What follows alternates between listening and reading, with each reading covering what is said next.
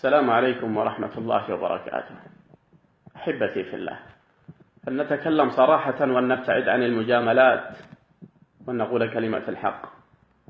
بعض الأسئلة تصدر إلى المشايخ، ومنها هذا السؤال الغريب: يا شيخ، إنني عندما أصحى لصلاة الفجر وأريد أن أصحي من معي في الغرفة من الشباب يزعلون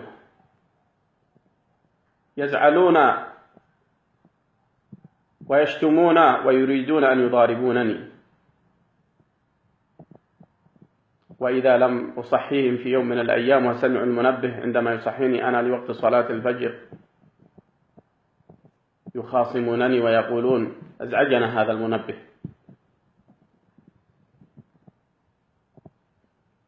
أنا أقول لهؤلاء: إلى متى ستظلون على هذا الخزي وعلى هذا الانبطاح وعلى هذه الذنوب؟ فلا حول ولا قوة إلا بالله العلي العظيم. إلى متى ستظلون على هذا الحال؟ ذنوبكم تمنعكم عن طاعة الله، تبدأون يومكم بمعصية الجبار العظيم جل جلاله. صلاة الفجر عنوان الإيمان. لا تسأل نفسك هل أنت مؤمنا أم منافقا، اسأل نفسك عن صلاة الفجر. النبي صلى الله عليه وسلم يقول: أثقل الصلاة على المنافقين، لم يقل المؤمنين المنافقين، قال صلاة الفجر والعشاء، ولو يعلمون ما فيهما لأتوهما ولو حبوا. فهل أنت منافق أم مؤمن؟ ابتعد عن هذا الانبطاح وابتعد عن هذا الفراش. تذكر يا أخي الحبيب أن الصحابة رضوان الله عليهم فتحوا الفتوحات الإسلامية جميعها من مشرقها إلى مغربها، لا توجد معهم طائرات توصلهم ولا سيارات ولا أي شيء. فتحوها، كانوا يمشون على الأقدام لكي ينشروا هذا الدين.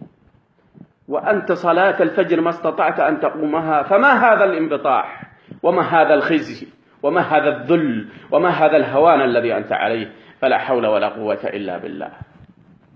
تخاصم صاحبك لأنه يريد أن يصحيك لصلاة الفجر، يريد أن يأخذ بيدك إلى الجنة، تخاصمه وتضاربه،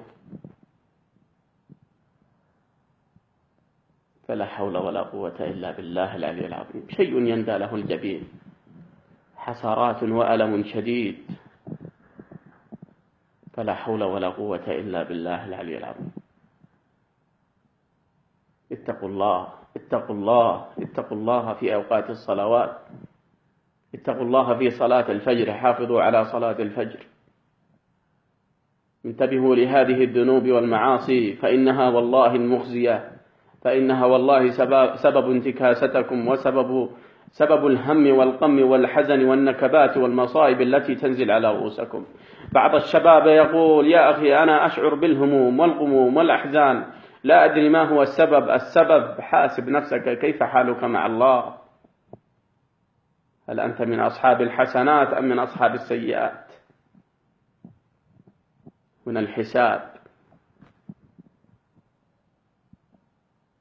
أنا أقول لهذا الشخص الذي يصحي هؤلاء النائمون المنبطحون الطائعون للشيطان والعاصون للرحمن، أقول له: هنيئا لك القيام لأداء صلاة الفجر في وقتها وفي جماعة. هنيئا لك والله، هنيئا لك والله.